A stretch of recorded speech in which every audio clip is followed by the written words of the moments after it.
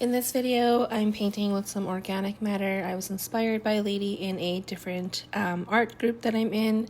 So today we're using some beetroot powder, some matcha green tea powder, frozen blueberry juice, as well as coffee.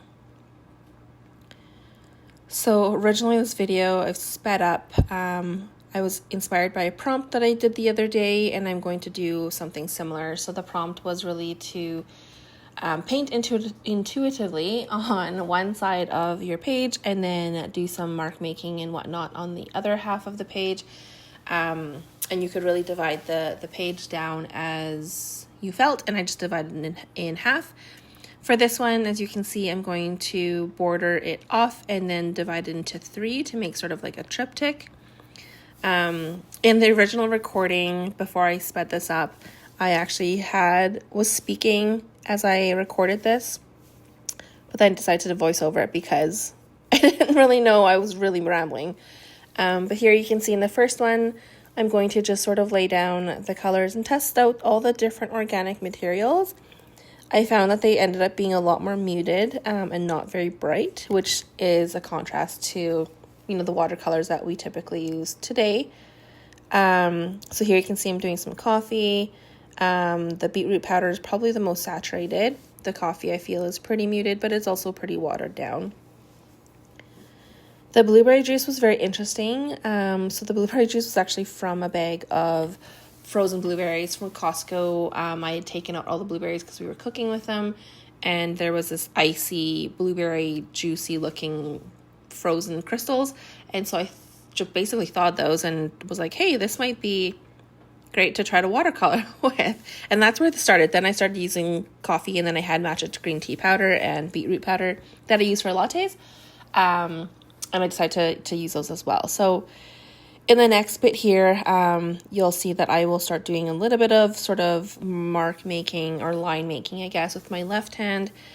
Just sort of doing whatever lines through the piece.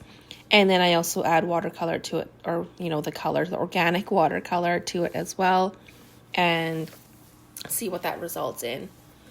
You can see for the first triptych there in the bottom left-hand corner, that was the blueberry juice.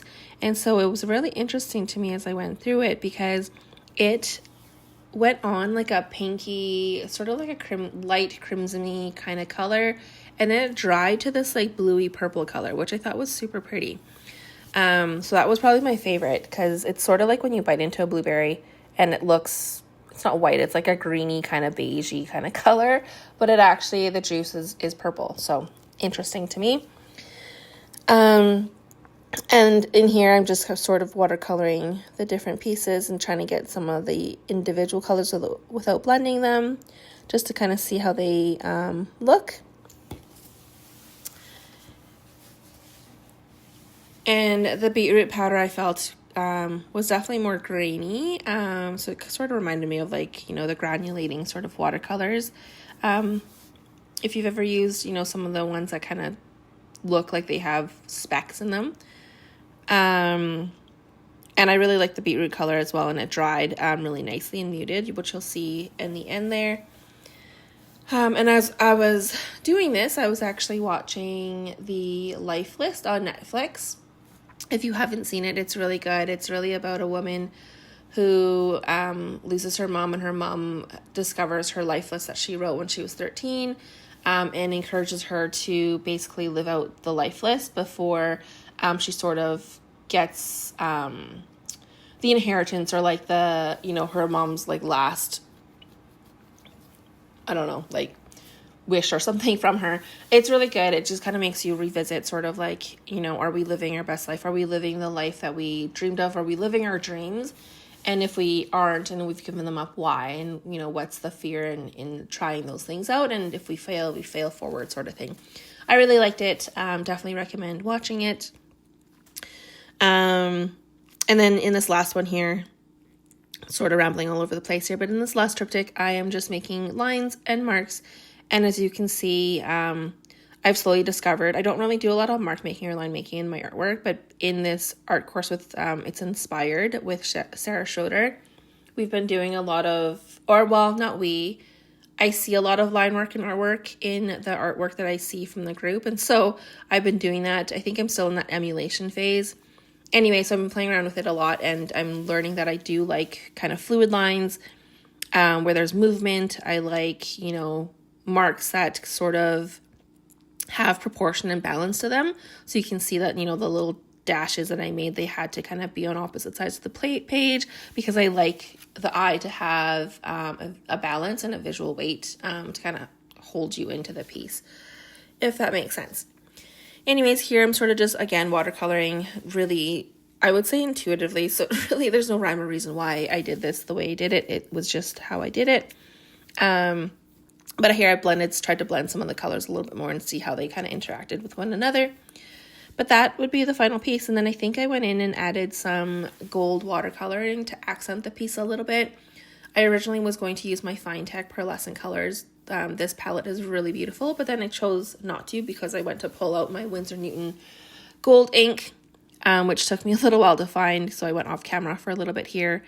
But because it's sped up, it won't feel like hours. But I came back and I have the Winsor Newton ink. It's like a gold. I don't know if it's a fountain pen ink or not, but I thought it was really pretty and I bought it.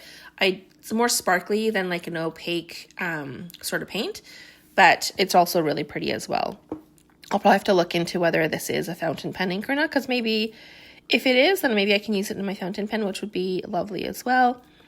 But here I'm trying to block off because I'm going to splatter some of that gold ink onto the first section there. The section, I just kind of lay down a little bit of gold ink into those little lines for all three of those. And then in the last one, I believe I just sort of added some gold into like the dashes. I wasn't quite sure what I wanted to do there. So I just colored in or, you know, topped off the dash lines with some of that gold. And that was pretty much it. And the colors were a lot brighter. As you can see, they're bright here in the video. But once they dry, they became quite muted actually. And it was actually quite a pretty muted palette together. I probably should have used some more coffee to let it stand out a little bit more. But I've really loved the beet and the matcha and the blueberry juice. They were really great to work with. Hope you enjoyed.